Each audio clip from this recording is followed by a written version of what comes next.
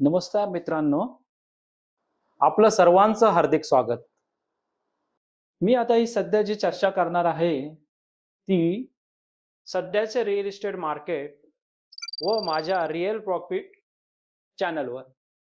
चर्चेला सुरुवात करण्या अगोदर मी तुमचा अत्यंत ऋणी आहे, की तुम्ही माझ्या मागील व्हिडिओंना जो प्रचंड प्रतिसाद दिला, त्याच्याबद्दल मी तुमचे मनापासून आभार इथे मानत आहे.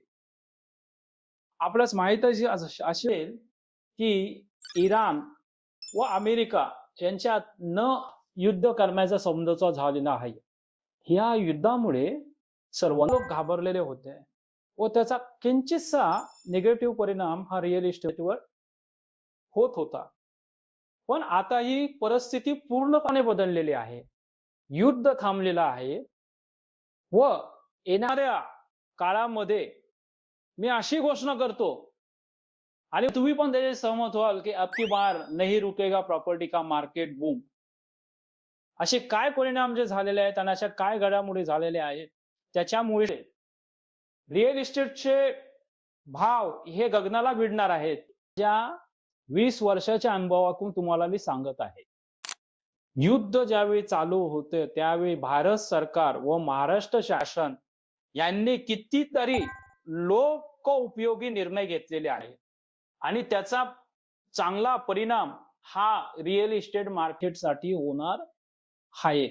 मी संजय बागडे रिअल इस्टेट मध्ये रेरा सर्टिफाईड सल्लागार म्हणून 20 वर्ष कार्यरत आहे.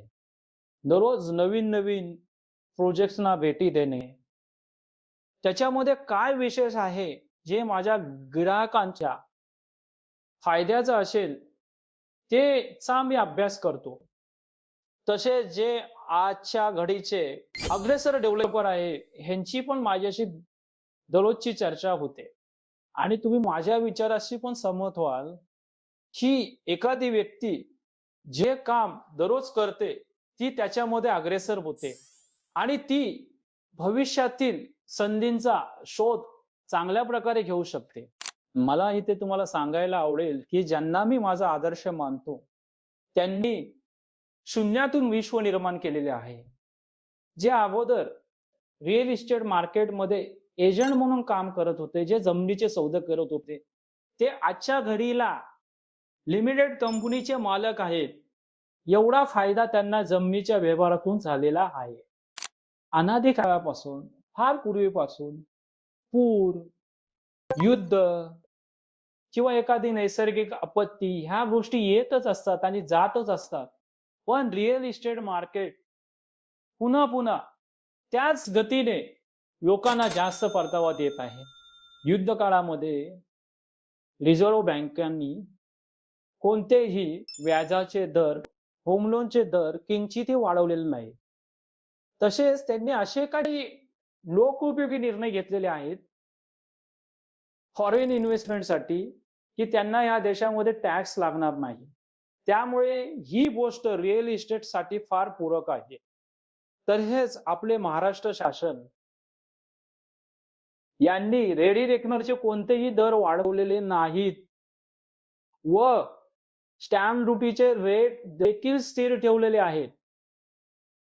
ह्या गोष्टी रिअल इस्टेट वाढीसाठी पूरक आहेत, त्यांचे भाव वाढण्यासाठी पूरक आहेत. आणि ही गोष्ट मी जे युद्ध चालू नव्हतं त्यावेळी माझ्या व्हिडिओत सांगितलेले आहे, की रिअल इस्टेट मध्ये गुंतवणूक करण्याची हीच मोठी संधी आहे. त्याचा तुम्ही परिपूर्ण लाभ घ्या. ही संधी हातातून निघून गेली तर मग तुम्हाला पस्तावण्याशिवाय दुसरी कोणतीही वेळ नसणार. मी मागे जसा उल्लेख केलेला आहे, की मी शहराच्या वेगवेगळ्या ठिकाणी फिरतो.